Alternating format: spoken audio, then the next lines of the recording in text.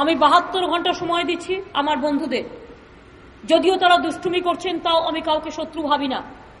আমি মনে করি তারা উইথড্র করবেন স্ট্রাইক মানুষের স্বার্থে। আর যদি 72 ঘন্টার মধ্যে তারা স্ট্রাইক না উইথড্র করেন, তাহলে যেন আমাদের বাধ্য না করেন স্ট্রং অ্যাকশন নিতে।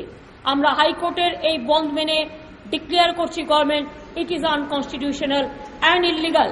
8 দিন সহ্য করেছি, 8 দিন সহ্য করেছি। Enough is enough, it's a fair enough. কে নেতা হবে তার জন্য আমার রাজ্য সাফার করবে, এটা আমি মনে করি না, পছন্দ করি না। আমরা মনে করি স্বাধীনতা দিবস আসছে, আমি কোনো কথা শুনতে চাই না এখানে।